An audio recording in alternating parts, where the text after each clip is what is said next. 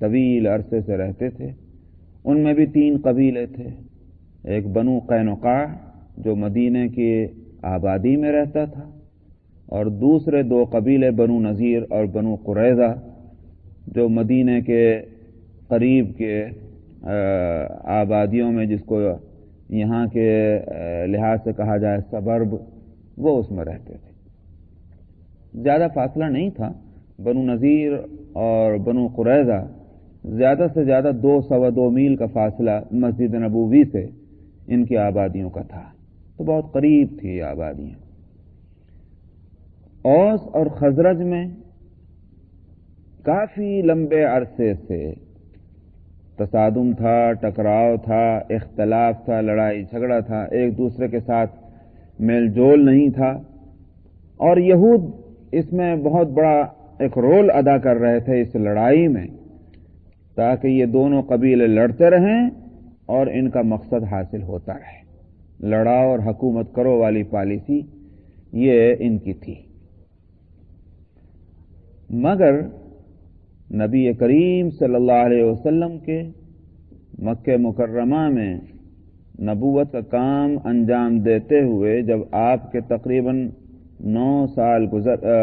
12 سال گزر گئے، تو اوس اور خزرج میں ایک معاملے میں اتفاق ہونے لگا، شعور اور احساس ان میں پیدا ہوا اپنی حالت کی خرابی کا، اور دونوں اس بات پر متفق ہو گئے کہ ایک شخص جس کا نام تھا عبداللہ ابن ابی، اور وہ قبیلہ خزرج کا ایک فرد تھا، اس کو مدینہ کا امیر اور حاکم یا بادشاہ جو بھی ہو وہ اس کو بنا دیا جائے۔ تو جو پاورفل قبیلہ تھا خزرج، اس کے ایک سردار کو یا اس کے ایک مالدار انسان کو اس کے لیے متفق ہو گئے۔ یہ اس وقت کی بات ہے کہ جب مدینہ منورہ میں اسلام آ چکا تھا۔ مصعب ابن عمیر رضی اللہ عنہ کو نبی کریم صلی اللہ علیہ وسلم نے اپنی نبوت کے 11ویں سال مدینہ طیبہ بھیجا تھا کہ وہاں وہ اسلام کی تبلیغ کریں، تعلیم دیں لوگوں کو۔ تو ان کی پہلے سال جو لوگ آئے تھے مدینہ سے، جن کے ساتھ مصعب ابن عمیر کو بھیجا تھا رضی اللہ عنہ، 7 آدمی آئے تھے بہت سے، لیکن 7 نے اسلام قبول کر لیا تھا، اور ان کی فرمائش پر مصعب ابن عمیر رضی اللہ عنہ کو بھیجا۔ مصعب ابن عمیر رضی اللہ عنہ نے بڑی کوششیں کی، بڑی محنت کی، نہ صرف یہ کہ عملاً اسلام کی تبلیغ کی، بلکہ اسلام کی تبلیغ اور تعلیم کا جو صحیح طریقہ ہے، واقعہ یہ ہے کہ وہ اس پر انہوں نے کام کیا۔ جب میں یہ لفظ بول رہا ہوں صحیح طریقہ، اس میں آپ چونکہ اس ملک میں رہ رہے ہیں جس میں غیر مسلم زیادہ ہیں، اب ہماری تبلیغی کوشش اول تو کچھ ہے نہیں، سب جانتے ہیں، اور اگر کوئی بیچارہ اپنے سے اسٹڈی کر کے کچھ سنا کر کے اسلام قبول کر لیتا ہے، وہ بیچارہ ہماری مسجدوں میں آ کر کہتا ہے بھائی مجھے کلمہ پڑھا دو، ہم لوگ اس کو کلمہ پڑھا دیتے ہیں، ایک نعرہ لگا دیتے ہیں، وہ ادھر ہم ادھر، اس کے بعد وہ کہاں سے آیا تھا، کہاں جانا ہے، کیا اس کی پریشانی ہے، کیا اس کے مسائل ہیں، ہمیں اس سے کوئی لینا دینا نہیں۔ وہ بھوکے مر رہا ہے، مر لینے دو، اس کو اسلام قبول کرنے کے نتیجے میں کچھ ظلم اور ستم کا نشانہ بننا ہے، بن لینے دو، وہ اس کا اپنا مسئلہ ہے۔ ظاہر ہے کہ جب ہمارے سامنے تبلیغ دین ہے ہی نہیں، ہم کو فکر بھی کیا ہے؟ تبلیغ کا کام اگر ہم کریں گے صحیح طور پر تو پھر اس کے جو تقاضے ہیں ان کو پورا کریں گے۔ مصعب ابن عمیر رضی اللہ عنہ نے خالی کلمہ ہی نہیں پڑھایا، جن کو کلمہ پڑھایا ان کے مسائل کو حل کیا۔ اس لیے مصعب ابن عمیر رضی اللہ عنہ نے اپنا مال سب کچھ اس راستے میں خرچ کیا ہے۔ چنانچہ ان کے بارے میں آتا ہے کہ ہجرت کے بعد ایک روز مصعب ابن عمیر رضی اللہ عنہ اس حالت میں تشریف لائے، نبی کریم صلی اللہ علیہ وسلم کی خدمت میں حاضر ہوئے کہ آپ کے بدن پر کپڑا اس طرح تھا کہ اگر وہ ادھر سے کھینچ کر کے ادھر کو چھپاتے ہیں تو ادھر سے کھل جاتا تھا۔ نبی کریم صلی اللہ علیہ وسلم نے دیکھا تو آپ کے آنکھیں آنسوں سے بھر گئیں۔ اور آپ نے فرمایا کہ اس وقت کیا حالت تھی اس کی، ایک وقت اس کے مالداری اس کے بدن سے نمایاں ہوتی تھی، کپڑے اعلیٰ درجے کے پہنتے تھے، کھانا بہت اچھا کھاتے تھے، لیکن آج اس کی یہ حالت ہے کہ بدن چھپانے تک کے لیے کافی کپڑا اس کے پاس نہیں۔ کہاں گیا وہ؟ سب کچھ اسلام کی تبلیغ کے راہ میں خرچ کیا۔ ظاہر ہے کونی جنہوں نے اسلام قبول کیا، ان کے مسائل کو حل کیا، ان کی پریشانیوں میں کام آئے۔ تو بہرحال اس کے نتیجے میں کیا ہوا کہ بنجر زمین جو تھی مدینے کی، وہاں کھیتیاں لہلہانے لگی۔ دوسرے سال جو یہاں سے قافلہ گیا ہے مکے میں حج کے موقع پر، 70 آدمی مسلمان ہو کر گئے تھے۔ نبی وہاں بیعت عقبہ ثانیہ کہلاتی ہے، اور نبی کریم صلی اللہ علیہ وسلم سے انہوں نے بیعت کی تھی۔ دوسرے سال، ایک سال کے اندر یہ زبردست انقلاب مدینہ طیبہ کے اندر آیا، ایک فرد کی کوششوں کے نتیجے، مصعب بن عمیر رضی اللہ عنہ۔ اس لیے کہا جا سکتا ہے کہ مدینے کے معلم اول مصعب بن عمیر رضی اللہ عنہ۔ تو اب جب 70 آدمیوں نے بیعت کی حج کے موقع پر، جس کو بیعت عقبہ ثانیہ کہتے ہیں۔ عقبہ وہ جگہ ہے مینا کے اندر جہاں وہ پتھر لگا ہوا ہے جس پر کنکریاں مارتے ہیں، اور جس کو ہندوستانی پاکستانی بڑا شیطان بولتے ہیں۔ یہی ویلی جو ہے یہ عقبہ کہلاتی تھی۔ نبی کریم صلی اللہ علیہ وسلم وہاں تشریف لاتے تھے تاکہ حاجی جو ہیں ان سے ملاقات کریں اور ان کو اسلام کی تبلیغ کریں۔ تو وہاں آپ نے بیعت فرمائی، انہوں نے آپ کو دعوت دی مدینہ طیبہ میں آنے کی کہ آپ اب تشریف لے آئیں۔ تو بات سامنے آئی کہ نبی کے وہاں تشریف لے جانے کا معنی جو ہیں وہ ایسا ہی نہیں کہ نبی ویسے ہی جا کر بیٹھ جائیں گے۔ نبی کو جب تم لے جا رہے ہو، لے جانا چاہتے ہو، تو بہت بڑی ذمہ داری تم اپنے سر لینا چاہتے ہو۔ نبی وہاں اپنا نظام نافذ کرے گا، دوسرا نظام سب وہاں سے ختم کرنا ہوگا۔ اس کے معنی یہ ہیں کہ امارت، حکومت، بادشاہت، خلافت، کچھ بھی کہیے، وہ پھر نبی کی ہوگی۔ یہ تھی صورتحال، اور صرف 70 آدمی دعوت دے رہے ہیں۔ اسی لیے عباس ابن عبادہ ابن حنظلہ انصاری رضی اللہ عنہ بھی ہیں ان میں، انہوں نے موقع کی نزاکت کو سمجھا اور وہاں اپنے ساتھیوں سے کہا، تم جانتے بھی ہو کہ نبی کریم صلی اللہ علیہ وسلم کو دعوت دے کر مدینے لے جانے کے معنی کیا ہے؟ پورے عرب سے ٹکرانا ہوگا، اور اس کے جو نتائج ہوں گے اس کو خوب اچھی طرح سمجھ رہے ہو تم؟ سب نے کہا کہ ہاں۔ دراصل عباس رضی اللہ عنہ کے نظر میں یہ بات تھی کہ ہم ابھی مدینہ منورہ کے اندر ہم نے یہ فیصلہ کیا تھا، اوس اور خزرج کے لوگوں نے، کہ عبداللہ ابن ابی کو امیر بنا لیں گے، یہ فیصلہ کر کے آئے۔ یہاں تک کہ تاج تیار کر لیا گیا تھا کہ بادشاہت کا تاج اس کے سر پہ رکھیں گے۔ حج کا سیزن آ گیا، ہم یہاں آ گئے، جا کر ہم کو یہ کام کرنا تھا۔ اب یہاں فیصلہ یہ ہو رہا کہ نبی کریم صلی اللہ علیہ وسلم کو لے جانا ہے۔ اس کا مطلب یہ ہے کہ وہ ہمارا سارا جو وہاں پلان بنا تھا وہ تو ختم ہوگا۔ پھر جب ختم ہوگا تو عبداللہ ابن ابی مقابلے پر آئے گا، تو خود مدینے کے اندر پہلا ٹکراؤ ہوگا۔ اس لیے کہ جس کو ہم بادشاہ بنانا تجویز کر چکے ہیں وہ آسانی کے ساتھ گیو اپ نہیں کرے گا۔ اس لیے عباس کی نظر اس پر تھی کہ کوئی اور موقع ایسا مل جائے کہ عبداللہ ابن ابی بھی آ جائے اور وہ بھی بیعت کر لے تو مسئلہ آسان ہو جائے گا۔ اس لیے عباس نہیں چاہا، لیکن جو اور لوگ تھے انہوں نے اس کی پر کوئی اہمیت نہ دی اور فیصلہ کیا کہ نہیں، نبی کریم صلی اللہ علیہ وسلم تشریف لائیں گے اور جو ہوگا دیکھی جائے گی۔ آپ نے دعوت قبول فرما دی، آپ تشریف لے گئے مدینہ طیبہ میں، اور نتیجہ یہ ہوا کہ وہ عبداللہ ابن ابی کی سرداری تو ختم ہوئی، اور نبی کریم صلی اللہ علیہ وسلم کو بالاتفاق مدینے والوں نے، اوس اور خزرج نے، دونوں نے آپ کو وہاں کا امیر بنا دیا۔ تب اس صورت میں عبداللہ ابن ابی کے لیے دو ہی راستے تھے۔ ایک راستہ تو حق پسند کا ہوتا ہے کہ حق سامنے آ گیا، حق والا سامنے آ گیا تو مخلصانہ طور پر دستبردار ہو جائیں اور اپنی گردن جھکا دیں۔ ایک راستہ تو یہ، مگر بڑا کٹھن ہے، یہ بہت کٹھن راستہ ہے۔ آسانی کے ساتھ آدمی ایک دولت ملتی ہوئی، ایک نعمت ملتی ہوئی، سرداری ملتی ہوئی، عزت ملتی ہوئی آسانی کے ساتھ چھوڑ دے، یہ ہوتا نہیں۔ دوسرا راستہ وہی ہے کہ پھر مقابلے کی صورت اختیار کریں، مگر بات یہ بن رہی تھی مدینہ منورہ کے اندر کہ عبداللہ ابن ابی کے لیے اس کے لیے گنجائش نہیں تھی کہ وہ کھل کر کے مقابلے پر آ جائے، وہ گنجائش نہیں تھی۔ تب تیسرا راستہ اس نے کیا اختیار کیا؟ ظاہر میں تو یہ کہ میں فرما بردار ہوں، مگر اندر سے جو ہے جڑیں کھوکھری کرنے والی راہ، جس کو ہپوکریسی کہتے ہیں، منافقت کہتے ہیں، اس نے وہ راستہ اختیار کیا۔ اس کی نظر میں اس کا فائدہ کیا تھا؟ اس کا فائدہ یہ تھا کہ جب ظاہر میں ہم آپ کے ساتھ ہوں گے تو اوس اور خزرج جو پاورفل قبیلے ہیں مدینے کے، ان کی مخالفت سے بچ جاؤں گا، جو فائدے ان کو ہوں گے وہ فائدے میرے بھی ہوں گے۔ اور اندرونی طور پر مخالفت سے یہ ہے کہ بھئی ہو سکتا ہے کہ کسی وقت حالات بدل جائیں اور ان کے پاؤں کھڑ جائیں تو میری سرداری جوں گی تمہیں، یہ اس لیے اس نے یہ راستہ اختیار کیا۔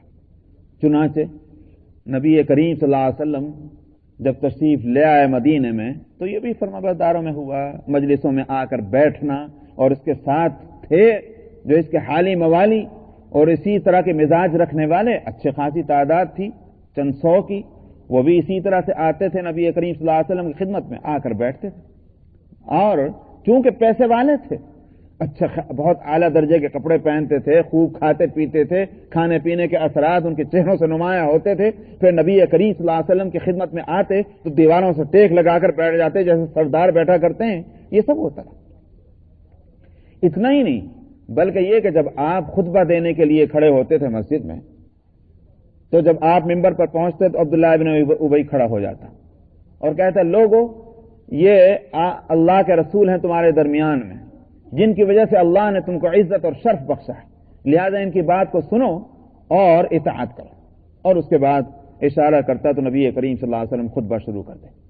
وہ یوں کہ یہ کہ پوری فرما برداری کا اظہار ہے، یہ سب تھا، مگر اندر اندر جو ہے وہ اس کی اپنی کوششیں مخالفانہ جاری تھی۔ چنانچہ جس وقت بنو قینقاع نے غزوہ بدر کے بعد جو یہودیوں کا ایک قبیلہ تھا اس نے سرکشی کی اور نبی کریم صلی اللہ علیہ وسلم نے ان پر چڑھائی کی تو عبداللہ ابن ابی مقابلے پر آ گئے سامنے اور آ کر عرض کیا کہ آپ 700 جوان جو ہیں بڑے ہتھیاروں سے مسلح اور ہر آڑے موقع پر جنہوں نے میری مدد کی، آپ ان سب کو ختم کر دینا چاہتے ہیں؟ قسم خدا کہ میں آپ کو نہیں چھوڑوں گا جب تک آپ ان کو نہیں چھوڑ دیں گے۔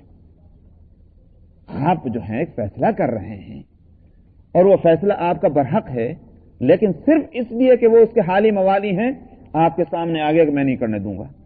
آپ نے اس کی بات کو نہیں مانا اور بنو قینقاع کی سرکشی کا آپ نے علاج فرمایا۔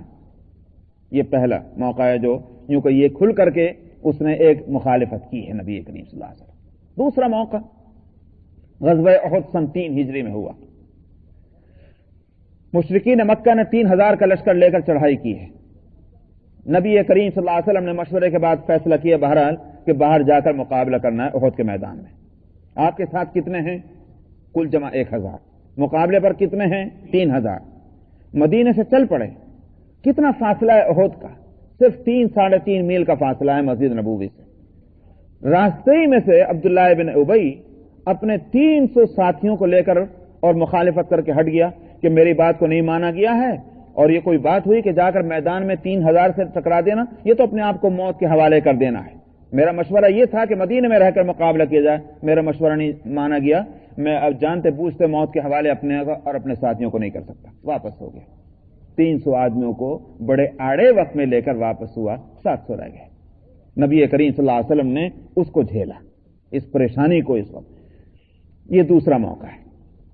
تیسرا موقع کیا آیا کہ سن 5 میں جب آپ نے غزوہ بنو نذیر جو یہود کا ایک قبیلہ تھا جس کا تذکرہ سورہ حشر میں آ چکا ہے، جب آپ نے ان پر چڑھائی کی ان کے دھوکے بازی کی وجہ سے، تو اس نے پھر منافقت کی اور ان کو پیغام بھجوایا، مت خالی کرنا اپنے گھروں کو، جمے رہنا، ہم تمہارے ساتھ ہیں، تمہارے اگر تم جنگ ہوگی تو ہم تمہارے ساتھ دیں گے۔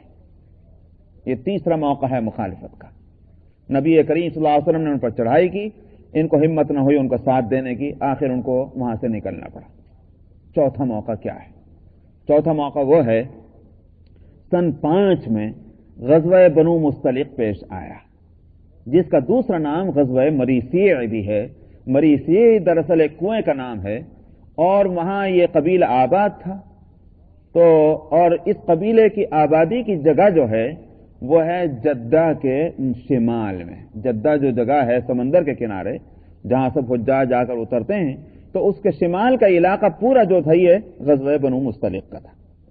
نبی کریم صلی اللہ علیہ وسلم نے کو اطلاع ہوئی کہ یہ کچھ جمع ہو رہے ہیں اور ان کا ارادہ ہو رہا ہے مدینہ منورہ پر حملہ کرنے کا. قبائل کو جمع کر رہے ہیں، ساز و سامان اکٹھا کر رہے ہیں اور تیاری کر رہے ہیں حملہ کرنے کی. آپ نے فیصلہ فرمایا قبل اس کے کہ وہ مدینے کی طرف آئیں ہم ہی پہلے نہ پہنچ جائیں.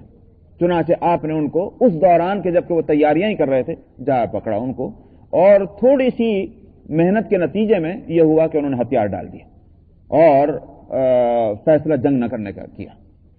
اس کو غزوہ بنو مصطلق اور غزوہ مریسی کہتے ہیں. عبداللہ ابن ابی اپنے ساتھیوں کے ساتھ میں ہے اس مہم کے اندر بھی، مگر سازشی آدمی ہے، ذرا کوئی موقع ملے تو سازش کرنے کے لیے کھڑا ہو جائے. اتفاق سے ایک واقعہ پیش آ گیا جس میں اس کو سازش کرنے کا موقع ملا ہے. واقعہ کیا پیش آیا؟ واقعہ یہ ہوا کہ کنویں کے اوپر پانی لینے کے لیے جہجہ ابن مسعود غفاری رضی اللہ عنہ جو خادم ہیں حضرت عمر رضی اللہ عنہ کے مہاجرین میں سے ہیں. دوسرا ایک فرد ہے انصار کا حلیف، یعنی ایگریمنٹ ہے ان کا انصار سے، اس کا نام ہے سنان ابن وبر الجہنی. یہ دو آدمی ہیں، دونوں پانی لینے کے لیے آئے، دونوں کے کچھ ٹکراؤ ہو گیا، مخالفت ہو گئی، بات تو میں سے آگے بڑھ کر کے کچھ اور زیادہ بڑھ گئی اور جہجہ نے اس سنان کے ایک لات رسید کر دی، لات مار دی. جہجہ نے اپنی توہین سمجھی کہ میری لات ماری. اس نے انصار کو پکارا کہ ذرا دوڑنا میری مدد کرنے کے واسطے. جب یہ دیکھا کہ وہ انصار کو پکار رہا تو انہوں نے جو ہے مہاجرین کو پکارا کہ ذرا مہاجرین ذرا دوڑنا میری مدد کو. ادھر سے انصار دوڑے، ادھر سے مہاجرین دوڑے اور قریب تھا کہ یہاں لڑائی شروع ہو جائے. نبی کریم صلی اللہ علیہ وسلم کو اس کی اطلاع ملی، آپ فوراً تشریف لائے اور آپ نے فرمایا یہ کیا ہو گیا، اس جہالت کی باتیں، جاہلیت کی باتیں کیا کر رہے ہو تمہارا کیا تعلق ہے جاہلیت کی باتوں سے؟ تو اور آپ نے فرمایا دعو فإنہ منتہا، اس کو چھوڑو، یہ بڑی گندی بات ہے. یعنی اگر اختلاف ہو تو حق اور ناحق کی بنیاد پر مدد طلب کی جائے گی، نہ یہ کہ مہاجرین اور انصار کی بنیاد پر. سمجھ میں آنے بات ہے یہ جو بات اس کو آپ نے فرمایا یہ جاہلیت کی بات ہے. اگر کوئی شخص یہ کہے مسلمانوں آؤ مدد کرنے کے واسطے، یہ بات ٹھیک ہے، لیکن یہ کہ اسلام اور حق کی بنیاد پر نہیں بلکہ قبیلوں کی بنیاد پر، تو قبائل کی بنیاد پر فیصلہ یہ جاہلیت کی بات ہے. مسلمان کو اس بنیاد پر فیصلہ نہیں کرنا. مثال کے طور پر اگر خدا نہ خواستہ یہاں جھگڑا ہو جائے دو ایسے انسانوں میں کہ جن کا وطن الگ الگ ہے، دو صورتیں. ایک صورت تو یہ ہے کہ وہ پکارا جائے بھائیو آنا ذرا ہماری مدد کرنا، وہ الگ بات ہے. اور ایک یہ کہ صاحب آنا میرے ہم وطنوں اور آنا میرے ہم وطنوں، یہ جاہلیت کی بات ہے. اس لیے آپ نے فرمایا جاہلیت کی بات. صحابہ رضی اللہ عنہم کو اس سے تنبیہ ہوئی اور انہوں نے توبہ کی اور یہ ہوا کہ سنان نے جہجہ کو معاف کر دیا کہ چلو بھائی تم نے میری لات ماری تھی میں نے معاف کیا. کیونکہ اسلام ان کے اندر تھا، نبی کریم صلی اللہ علیہ وسلم کی تربیت تھی. کبھی کبھی اگر شیطان بیچ میں آ جاتا تھا فوراً توجہ ہو جاتی تھی. انہوں نے توبہ مانگی اور بالکل بھائی بھائی ہو گئے. تو اس پر یہ ہوا کہ عبداللہ ابن ابی کو موقع ملا کہ صاحب یہ تو ایک موقع ملا تھا کہ انصار اور مہاجرین میں لڑائی ہو جاتی، یہ تو وہ بھی ہاتھ سے نکل گیا. تو اس نے بیٹھ کر یہ کہا لوگوں سے کہ یہ سب کا سب جو کچھ ہے یہ سب تمہارا اپنا کیا دھرا ہوا ہے. یہ مہاجرین جو ہے کنگلے جن کے پاس نہ کھانے کو تھا، نہ پہننے کو تھا، نہ رہنے کو جگہ تھی، تم ہی نے ان کو اپنے مدینے میں لا کر بسایا، اپنی پراپرٹی اور جائیداد اور ساز و سامان دیا. ہماری مثال تو وہ ہو گئی کتے کو پال کے موٹا کرو اور کہو کہ مجھ کو کاٹ کھا. اور اگر تم ان کو خرچ کرنا چھوڑ دو ان کے اوپر یہ چلتے بنے. اور قسم ہے اللہ کہ ہم ذرا مدینے چلے جائیں تو ہمیں جو عزت والا ہے وہ ذلت والے کو نکال دے گا. مراد یہ ہے کہ مدینے کے جو لوگ ہیں اوس اور خزرج والے تو ہم لوگ مل کر کے ان کو نکال دیں گے. مہاجرین کو یہ ذلیل لوگ یہ آ کر کے ہمارے مقابلے ہمارے منہ لگنے لگے. یہ بات اس نے عبداللہ ابن ابی نے کہی. اس موقع پر ایک بچہ ہے صحابہ کا جس کا نام ہے زید ابن ارقم. انصاری رضی اللہ عنہ، انہوں نے وہ بات سن لی، نبی کریم صلی اللہ علیہ وسلم سے جا کر کے انہوں نے کہا، بتا دیا کہ یا رسول اللہ وہ عبداللہ بن ابی یہ بات کہہ رہا تھا، آپ نے سنا تو آپ نے فرمایا شاید تیری کوئی مخالفت ہوگی عبداللہ سے، یا رسول اللہ میری کیا مخالفت؟ فرمایا شاید تیرے کانوں نے کچھ اور سنا ہوگا، تو نے سمجھ لیا کچھ اور۔ آپ نے فرمایا یا رسول اللہ قسم خدا کی میں نے یہی سنا ہے۔ تو آپ نے بلایا عبداللہ بن ابی کو اور آپ نے فرمایا تم نے یہ کہا؟ اس نے قسم کھا لی، وہ تو منافق تھا، اس نے کہا یا رسول اللہ قسم خدا کی میں نے یہ سب کچھ بھی نہیں کہا، بالکل غلط۔ اس پر مدینے والے جو تھے انہوں نے کہا کہ صاحب ہمارا سردار ہے، ایک بچے نے اس کے تعلق سے جھوٹ بول کر کے کیسے اس کی توہین کر دی ہے؟ آخر کو عبداللہ بن ابی سرداروں میں تھا، تو یہاں تک کہ ان کے چچا اور ان کے ابا نے بھی اس کو ڈانٹا، بدتمیز کہیں کا، اور آ کر کے ایک بڑے آدمی کے لیے ایسی غلط بات کہہ دی۔ زید بن ارقم کہتے ہیں کہ مجھے بہت اس سے تکلیف ہوئی کہ میں نے ایک سچا واقعہ سنایا تھا، لوگوں نے مجھے ہی ڈانٹ ٹپٹ کر دی، اور شاید رسول اللہ صلی اللہ علیہ وسلم نے بھی مجھے غلطی سمجھا ہے۔ یہ ایک واقعہ ہوا۔ دوسرا واقعہ ابھی ہے، تو اس پر آپ نے نبی کریم صلی اللہ علیہ وسلم نے حکم دیا فوراً یہاں سے قافلہ جو ہے کوچ کر جائے، چلو یہاں سے، اس لیے کہ وہ خیخاں شروع ہو گئی تھی، اور آپ نے کنٹینیو کیا سفر کو، یہاں کے تک 30 گھنٹے قافلہ مسلسل چلا۔ چنانچہ راستے میں اسید ابن حضیر رضی اللہ عنہ نے جو انصاری ہیں آ کر عرض کیا یا رسول اللہ آپ کی عادت شریفہ تو یہ کبھی نہیں تھی کہ آپ اس طرح سے مسلسل چلیں، آپ چل رہے ہیں کہ رک ہی نہیں رہے کہیں آپ نے فرمایا تمہیں نہیں پتا تمہارے ساتھی نے کیا حرکت کی؟ عرض کیا یا رسول اللہ کون؟ فرمایا عبداللہ ابن ابی۔ عرض کیا یا رسول اللہ کیا ہوا؟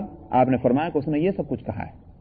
عرض کیا یا رسول اللہ آپ اس کے ساتھ نرمی کا معاملہ فرمائیں، دراصل ہم اس کے لیے فیصلہ کر چکے تھے اس کو بادشاہ بنانے کا، آپ کے تشریف لانے سے اس کا یہ سارا کھیل ختم ہو گیا، اس کو اس کا احساس ہے، اور دوسری بات یہ ہے قسم ہے اللہ کی وہ عزت والا نہیں، عزت والے آپ ہیں، وہ تو ذلیل ہے، چند دنوں میں اس کا پتہ چل جائے گا، آپ نرمی فرمائیں۔ تو آپ نے 30 گھنٹے کی مسلسل سفر کے بعد ایک جگہ جب بالکل چور ہو گئے سب لوگ، تو آپ نے حکم دیا کہ یہاں ٹھہر جائیں۔ سب لوگ پڑتے ہی سو گئے فوراً زمین پر۔ منشا یہ تھا کہ یہ سفر جاری رہے گا تو خیخاں ختم ہو جائے گی، وہ تھا مقصد، اس میں آپ کو کامیابی ہوئی۔ صحابہ سو گئے، پھر آپ نے صبح ہونے سے پہلے اندھیرے آپ نے فرمایا چلو یہاں سے۔ یہ دوسرا واقعہ ایک اور پیش آ رہا ہے۔ کیا ہوا؟ جب آپ نے حکم دیا سب نے تیاریاں شروع کی۔ حضرت عائشہ رضی اللہ عنہا اس سفر میں ہیں۔ حضرت عائشہ رضی اللہ عنہا کو جب اس کی اطلاع ہوئی کہ فوراً سفر کرنا ہے، وہ کچھ ضرورت کے لیے واسطے قضاء حاجت کے لیے وہ تھوڑی دور قافلے سے جانے لگی کہ وہاں سے فارغ ہو کر آ جاؤں، دل میں تو عورتوں کو موقع نہیں ہوتا، پردے کے احکام نازل ہو چکے تھے، اس لیے رات کے اندھیرے میں ہم اس سے نمٹ لیں۔ وہاں پہنچی تو ان کا وہ ہار کہیں ہاتھ لگ کر کے وہ ٹوٹ کے گر گیا۔ اس ہار کے تلاش میں جو دیر لگی تو واپس آئی تو قافلہ جا چکا تھا۔ کس طرح؟ عائشہ رضی اللہ عنہا کہتی ہیں کہ ہوتا یہ تھا کہ میرا عہدہ جو تھا جس میں میں بیٹھا کرتی تھی اونٹ پر بیٹھنے کے لیے، وہ جو ایک اس کو عربی میں ہودج بولتے ہیں، اردو میں جو بھی کچھ کہا جائے، پالان کہیے جو بھی کہیے، تو وہ تھا جس میں حضرت عائشہ بیٹھتی تھی، اور اس پر پردے پڑے ہوئے تھے کیونکہ پردے کے احکام آ چکے تھے۔ تو عائشہ رضی اللہ عنہا کہتی ہیں کہ میں اس میں بیٹھ جایا کرتی تھی، اٹھا کر اس کو اونٹ پر رکھ دیتے تھے، اونٹ چل پڑتا تھا۔ ان دنوں چونکہ کھانے کی کمی کی وجہ سے ہم عورتوں کا بدن بہت ہلکا پھلکا تھا، تو کوئی خاص وزن نہیں تھا۔ ہوا یہ ہوگا کہ وہ سمجھے کہ میں بیٹھ چکی ہوں، انہوں نے اٹھا کر پالان رکھ دیا، اونٹ کے اوپر چل پڑے، حالانکہ میں نہیں تھی۔ جب میں واپس آئی قافلہ جا چکا تھا۔ میں نے فیصلہ کیا کہ بجائے اس کے کہ میں ادھر دوڑوں ادھر دوڑوں، مجھے یہیں ٹھہر جانا چاہیے، آگے چل کر قافلے کو جب پتہ چلے گا وہ تلاش کے لیے بھیجیں گے تو میں یہاں ہوں گے تو مجھے مل جائیں گے۔ عائشہ کہتی ہیں تھکے ہوئے ہم تھے ہی، جیسے ہی میں لیٹی میری آنکھ لگ گئی۔ ان میں ایک صاحب تھے صفوان ابن معطل رضی اللہ عنہ، ان کو نبی کریم صلی اللہ علیہ وسلم نے اس کے لیے چھوڑا ہوا تھا کہ وہ پیچھے رہیں اور گری پڑی چیز جو لوگوں کی ہو اس کو وہ اکٹھے کر کے لائیں۔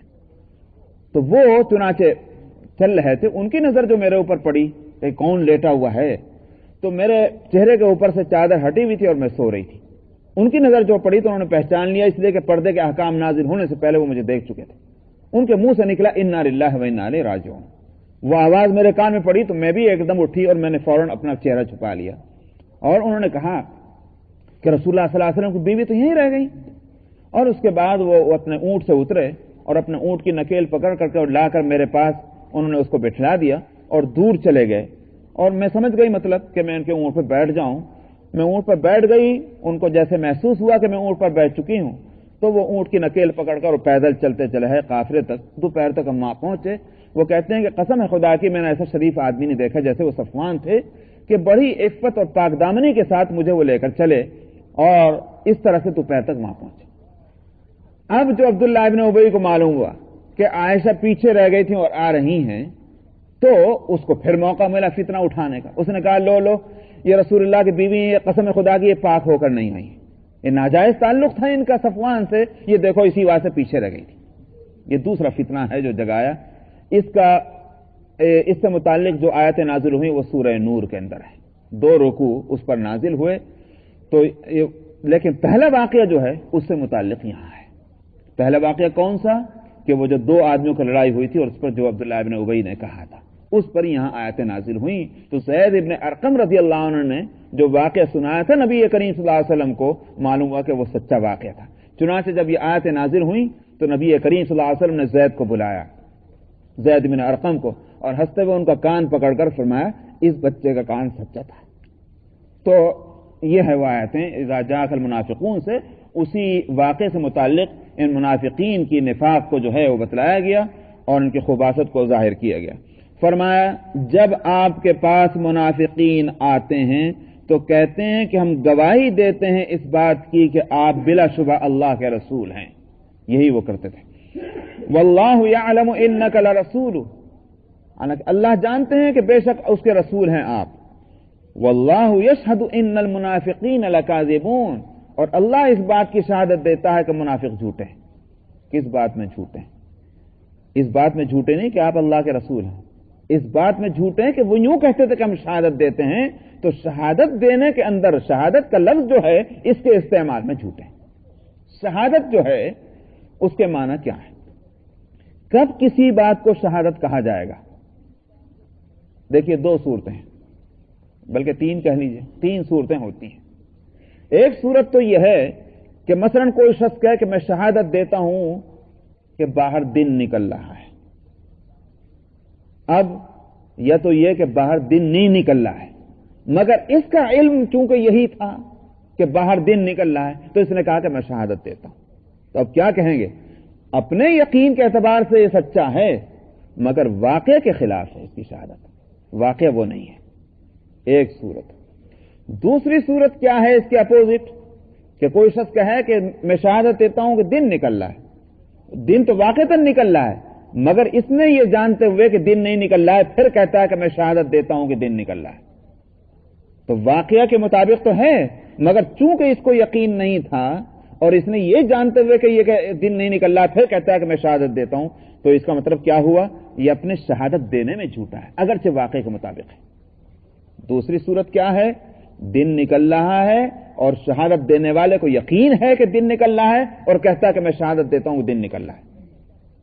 یہ ہر لحاظ سے سچی شہادت ہے۔ مسلمان جب یہ کہتا ہے کہ میں شہادت دیتا ہوں کہ محمد صلی اللہ علیہ وسلم اللہ کے رسول ہیں، جبکہ مومن یہ کہے، یہ اس کی شہادت سچی ہے۔ کیوں؟ اس لیے کہ بے شک محمد صلی اللہ علیہ وسلم اللہ کے رسول ہیں، اور یہ یقین ہے اس کو، اور اس یقین کو اپنے لفظ شہادت سے ظاہر کر رہا ہے۔ ایک اس کے مقابلے میں اگر کسی شخص کے بارے میں کوئی شخص کہے، مثال کے طور پر ایک یہودی یہ کہے کہ میں شہادت دیتا ہوں کہ محمد اللہ کے رسول نہیں، ایک یہودی اگر کہے، اس کے معنی کیا ہو گئے؟ کہ شہادت اس اعتبار سے جھوٹی ہے کہ محمد اللہ کے رسول نہیں ہے، حالانکہ اللہ کے رسول ہے، مگر اس اعتبار سے صحیح ہے کہ اس کو یقین نہیں ہے، اس کا یقین یہ ہے کہ محمد اللہ کے رسول نہیں ہے، اس اعتبار سے وہ سچا ہے۔ سمجھ آئی نہیں بات؟ اور اس کے برعکس ایک شخص یہ کہتا ہے کہ محمد اللہ کے رسول ہیں، مگر اس کو یقین نہیں، جھوٹ بول رہا ہے، اس نے یقین نہیں کیا ہوا ہے مگر کہہ رہا یہ رہا ہے۔ تو اب یہاں کیا صورت ہوئی؟ واقعے کے مطابق تو ہے اس کا کہنا، مگر اپنے یقین کے مطابق نہیں ہے، جس کو نفاق کہتے ہیں۔ سمجھ میں آئی نہیں بات؟ یہاں وہی صورت ہے۔ اس لیے فرمایا کہ اللہ شہادت دیتے ہیں کہ منافق جھوٹے ہیں، یعنی وہ یقین سے یہ بات نہیں کہہ رہے اگرچہ بے شک، اسی لیے بیچ میں فرمایا تھا واللہ یعلم انک لرسول، اللہ جانتا ہے بے شک آپ اللہ کے رسول ہیں، یعنی واقعے کے مطابق تو ہے ان کا کہنا مگر اب ان کے اپنے یقین کے مطابق نہیں ہے، اس لیے وہ جھوٹے ہیں۔ واللہ یشہد ان المنافقین لکاذبون اتخذوا ایمانہم جنۃ فصدوا عن سبیل اللہ، فرمایا انہوں نے اپنی قسموں کو ڈھال بنا رکھا ہے تاکہ یہ اللہ کے راستے سے خود بھی روکیں اور دوسروں کو بھی روکیں۔ کیا ہوتا تھا؟ قسمیں کھایا کرتے تھے، جہاں ذرا کوئی بات ہوئی قسم اللہ کی یہ بات تو اس طرح ہے، قسم اللہ کی یہ بات تو اس طرح ہے، ہم تو آپ کے فرما بردار ہیں، ہم تو مسلمان ہیں، یہ قسمیں کھایا کرتے تھے۔ اس کو فرمایا انہوں نے ڈھال بنا رکھا قسموں کو تاکہ یہ اپنا الو سیدھا کرتے رہیں اور حق سے اپنے آپ کو روک کے رکھیں اور دوسروں کو بھی روک کے رکھیں، یہی اس کی ان کی غرض ہے۔ انہم ساء ما كانوا يعملون، بری ہے وہ حرکت جو یہ کرتے ہیں۔ کیوں ہے بری حرکت؟ اس واسطے کہ منافق جو ہے وہ واقعہ یہ ہے کہ خود بھی اپنے آپ کو دھوکہ دے رہا ہے اور دوسروں کو بھی دھوکہ دے رہا ہے، اور دھوکہ بری چیز ہے۔ اگر آدمی کو مخالفت کرنی کھل کر آئے سامنے تاکہ معلوم ہو جائے کہ تم کون ہو، لیکن ظاہر کچھ اور باطن کچھ، اس سے بری حرکت کون سی ہو سکتی؟ اسی لیے قرآن شریف میں منافقین کے لیے دوسرے کا فرمایا ان المنافقین فی الدرک الاسفل من النار ولن تجد لهم نصیرا، منافقین جو ہیں وہ جہنم کے سب سے نچلے طبقے میں ہوں گے اور ان کے آپ کوئی مددگار نہ پائیں گے قیامت کے دن۔ تو اس لیے کہ کافر اور مشرکین جو ہیں ان کی بات تو یہ ہے کہ کھلے طور پر کفر اور شرک ہے، ہر سب کو پتا ہے کہ ان کا مذہب کیا ہے، ان کا عقیدہ کیا ہے، لیکن یہ ہیں دھوکے باز کہ مارے آستین بن کر، آستین کا سانپ بن کر کے ڈسنے کی کوشش کرتے ہیں۔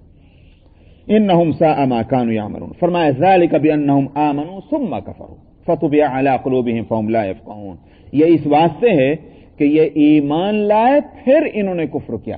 ایمان لائے کے معنی کیا ہے؟ کہ انہوں نے ظاہر یہ کیا کہ ایمان لائے، اور پھر کفر کیا کے معنی کیا ہے؟ کہ جو حالت پہلے تھی کفر کی اسی پر قائم ہیں۔ تو یہ ہے ان کی وجہ ان کے اس بری حرکت کی۔ فطبع على قلوبهم، سو ان کے دلوں پر مہر لگا دی گئی۔ مہر لگانے کے معنی کیا ہے؟ اس بات کو میں پہلے بھی بتلا چکا ہوں بار بار کہ دراصل انسان کا کام کیا ہے اور اللہ کا کام کیا ہے۔ انسان کے کام سے متعلق انسان کا کام تو یہ ہے کہ ارادہ کرتا ہے کسی چیز کے کرنے کا، اور پھر اس کے بعد وہ اس کام کو کرتا ہے۔ اللہ سبحانہ و تعالیٰ کا کام کیا ہے؟ اللہ سبحانہ و تعالیٰ کا کام یہاں یہ ہوتا ہے کہ جو انسان ارادہ کرتا ہے کرنے کا، جب وہ کرنے کے لیے کھڑا ہوتا ہے اس کو سہولت ہم پہنچا دیتے ہیں اس کام کو کرنے کی، چاہے وہ کام اچھا ہو چاہے برا ہو۔ مثلا اچھے کاموں کے اندر نماز ہے، ایک انسان نماز پڑھنے کا ارادہ کرتا ہے، یہ انسان کا فعل ہے۔ پھر انسان نماز پڑھنا چاہتا ہے، پڑھنے کے لیے کھڑا ہو، یہ بھی انسان کا فعل ہے۔ اللہ کا فعل کیا ہوتا ہے کہ وہ جو اس نے ارادہ کیا تھا، ارادے کے مطابق عمل کی سہولت اس کو مل جائے، کوئی بیچ میں رکاوٹ نہ پیش آئے، یہ اللہ کا فعل ہے جس کو ہم کہتے ہیں توفیق۔ اسی طرح سے ایک آدمی چوری کا ارادہ کرے، ارادہ کرنا بندے کا فعل ہے، چوری کے لیے کام کرنا وہ اس کا فعل ہے۔ اللہ کا فعل کیا ہوتا ہے؟ اس کو سہولت دے دینا، یہ ہے صورت۔ اللہ جو ہے وہ توفیق دیتے ہیں، توفیق اچھی چیز کی ہو یا توفیق بری چیز کی ہو۔ اب انسان اگر کنٹینیو جو ہے وہ یہ کرتے رہے کہ غلط کام کرے، غلط کام کرے، غلط کام کرے، اللہ سبحانہ و تعالی نیک کام کرنے کی توفیق اس سے سلب کر لیتے ہیں۔ کیا مطلب؟ آئندہ نیکی کا ارادہ بھی نہیں کر پاتا ہو، یہ ہوتی ہے وہ توفیق کا سلب ہو جانا۔ جب یہ صورت ہوتی ہے اسی کو کہا جاتا ہے ہم نے مہر لگا دی ان پر۔ تو دراصل فیصلہ انسان نے کیا، اللہ نے فیصلہ نہیں کیا، فیصلہ کیا انسان نے کہ میں یہ کرتا رہوں گا، یہ کرتا رہوں گا، یہ کرتا رہوں گا۔ جب انسان نے فیصلہ کر لیا، اللہ میں نے فیصلہ کر لیا اور اس کو مہر لگا دی، جا بھائی تو جس راستے سے چلنا چاہتا ہے چل، اب تیرے لیے دوسرا راستہ بند کر دیا گیا ہے۔ یہ ہے وہ چیز، ورنہ جب تک انسان کنٹینیو برائیاں نہ کرتے رہے، دونوں راستے اس کے لیے کھلے رہتے ہیں۔ اگر توبہ مانگ کر دوسرے راستے پہ چلنا چاہے وہ راستہ اس کے لیے کھلا رہتا ہے، لیکن جب فیصلہ کر لے کہ مجھے نہیں چلنا، اللہ دوسرا راستہ اس کے لیے بند کر دیتے ہیں۔ یہ ہے وہ مہر لگانا۔ تو توفیق کا طلب ہونا. فرمایا کہ ذالک بانہم آمنوا، یہ اس لیے کہ یہ ایمان لے آئے، ایمان کا اظہار کیا، پھر انہوں نے کفر کیا، سو ان کے دلوں پر مہر لگا دی گئی. فہم لا یفقہون، سو یہ ابھی اس بات کو سمجھتے ہی نہیں کہ ہم جو کچھ کر رہے ہیں کیا اس میں غلطی ہے. وہ سمجھ رہے ہیں سب یہ صحیح ہے، حالانکہ وہ غلط ہے. وَإِذَا رَأَيْتَهُمْ تُعْجِبُكَ أَجْسَامُهُمْ، فرمایا کہ جب آپ دیکھیں اے پیغمبر تو ان کے بدن جو ہیں بڑے بڑے معلوم ہوں، بہت ہی خوبصورت ہیں، بڑے یوں کہیے کہ کھاتے پیتے بدن ہیں ان کے. عبداللہ ابن ابی خوبصورت لوگوں میں تھا، قد و قامت بڑا اچھا تھا، سرخی اس کی چہرے سے چپکتی تھی، جھلکتی تھی، اور کھاتا پیتا جسم تھا تو رنگ و روغن بھی اچھا تھا. یہی حالت اس کی تھی، یہی حالت ان کے ساتھیوں کی تھی. فرمایا کہ جب آپ دیکھیں تو ان کے جسم بڑے بھلے معلوم ہوں. وَإِن يَقُولُوا تَسْمَعْ لِقَوْلِهِمْ، چرب زبان بھی تھے، بڑی چکڑی چپڑی باتیں کیا کرتے تھے. فرمایا جب آپ یہ کچھ کہیں تو آپ ان کی باتیں سنتے ہی رہ جائیں، ایسے فصیح اور بلیغ تقریر کریں. یہ کأنہم خشب مسندہ، لیکن حالت ان کی کیا ہے حقیقتاً، یہ جو تکیے لگا لگا کر بیٹھتے ہیں دیوار پر آپ کے مجلس میں، یہ دراصل انسان نہیں، یہ دیواروں سے چنی ہوئی لکڑیاں ہیں. سمجھ میں؟ مسندہ خشب، خشب کی جمع ہے، یہ دراصل یہ لکڑیاں ہیں جو دیوار سے چن دی گئی ہیں. کیوں؟ اس لیے کہ نبی کریم صلی اللہ علیہ وسلم کی مجلس میں آ کر بیٹھنا اور سننا آپ کے کلام کو، دلوں پر اس کا اثر ہونا چاہیے تھا، اخلاق اور کردار بدلنا چاہیے تھا، فکر اور خیال کے اندر تبدیلیاں آنی چاہیے تھی نبی کریم صلی اللہ علیہ وسلم کی. جب یہ سب نہیں، جیسے آئے ویسے ہی چلے گئے تو لکڑی نہ ہوئی اور کیا ہوئی ہے. آ کر بیٹھ جاتے ہیں دیواروں سے لگ کر کے، تو ایسے ہی جیسے دیواروں سے لکڑیوں کو چن دیا جائے، یہ حالت ہے ان کی. کأنہم خشب مسندہ یحسبون کل صیحۃ علیہم، فرمایا ان کی حالت کیا ہے جو ہر منافق کی ہوتی ہے. فرمایا کہ ہر بلند ہونے والی آواز کو یہ اپنے خلاف سمجھتے ہیں. چنانچہ ہوتا کیا تھا مدینے میں، جہاں شور و غوغا ہوا، منافقوں کے کان کھڑے ہوئے، بھائی آئی ہماری کم بختی، کہیں ایسا نہیں کہ ہمارا کوئی راز کھل گیا ہے اور ہم پر کوئی چڑھائی تو نہیں ہو رہی ہے. یہی منافق کی بیماری کہ منافق کبھی بھی جو ہے بہادر نہیں ہوتا، ہمیشہ بزدل رہے گا، کہیں ایسا نہ ہو کہ میرا راز کھل جائے اور میں پکڑا جاؤں. فرمایا کہ یحسبون کل صیحۃ علیہم، ہر آواز بلند کو یہ اپنے مخالف سمجھتے ہیں. ہم العدو، یہ بڑے پکے دشمن ہیں، لہذا ان سے احتیاط کرتے رہیے. قاتلہم اللہ، اللہ ان کا ستیہ ناش کرے. فانا یؤفکون، آخر یہ کہاں پٹک رہے ہیں. یہ اللہ سبحانہ و تعالیٰ نے ان کو بددعا دیتے ہوئے فرمایا. بس انشاءاللہ بقیہ آئندہ ہفتے کے لیے اعلان کریں گے. جی ہاں، آئندہ نمبر 5.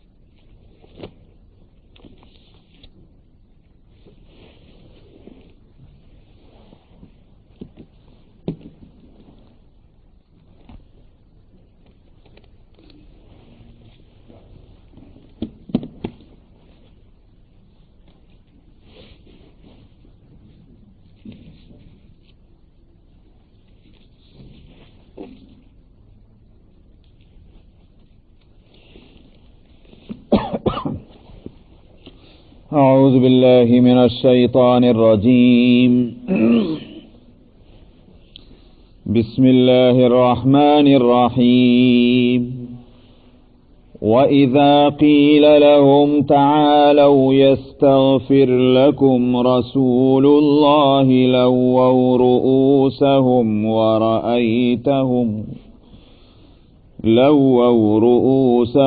وَرَأَيْتَهُمْ يَصُدُّونَ وَهُمْ مُسْتَكْبِرُونَ. سواء عليهم أستغفرت لهم أم لم تستغفر لهم لن يغفر الله لهم إن الله لا يهدي القوم الفاسقين. هم الذين يقولون لا تنفقوا على من عند عند رسول الله حتى ينفضوا ولله خزائن السماوات والأرض ولكن المنافقين لا يفقهون يقولون لئن رجعنا إلى المدينة ليخرجن الأعز منها الأذل ولله العزة ولرسوله وللمؤمنين ولكن المنافقين لا يعلمون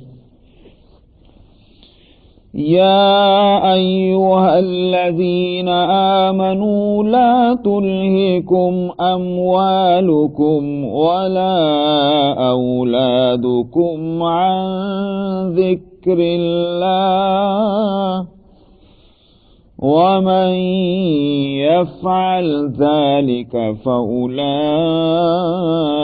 هم الخاسرون